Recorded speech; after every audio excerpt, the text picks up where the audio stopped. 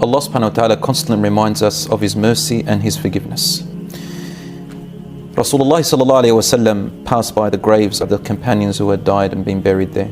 About 2 months before he died, he passed by the grave and he was sad, and he said, "Oh, I'm going to miss meeting my brothers." And the Sahabi said, "Where are your brothers, Ya Rasulullah?" "Here we are." "What do you mean miss? Like, you mean you're going to die and miss us?" He said, "No, no. Antum ashabi.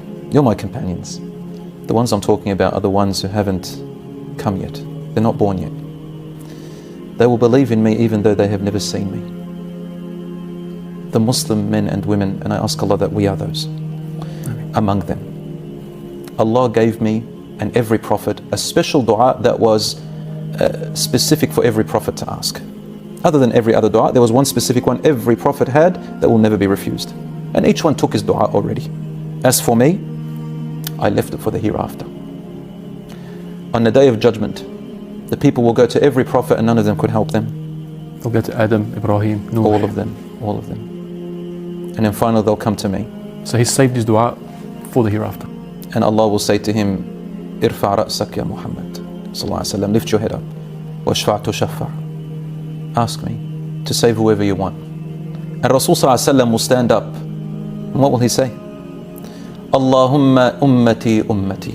"Oh Allah, my nation, those who followed me." He doesn't ask about himself. "Ya Rabbi ummati ummati." Every other prophet will say, "Nafsi, nafsi." Myself, not out of selfishness. Everyone's concerned for their own state. Yeah, a difficult day.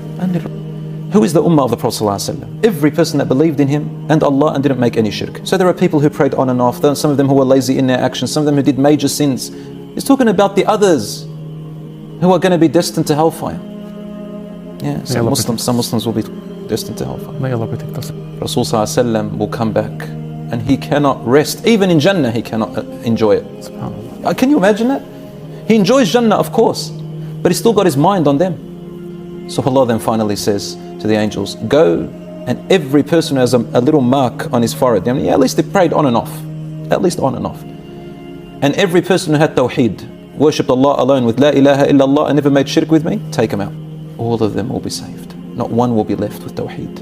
And that's when an angel comes and gets a sheep and says, "O people of hellfire and Jannah, this is death." And he slaughters death and says, "No more death after here. People of hellfire stay in for eternity, people of Jannah for eternity." SubhanAllah. La hawla wa la quwwata illa billah.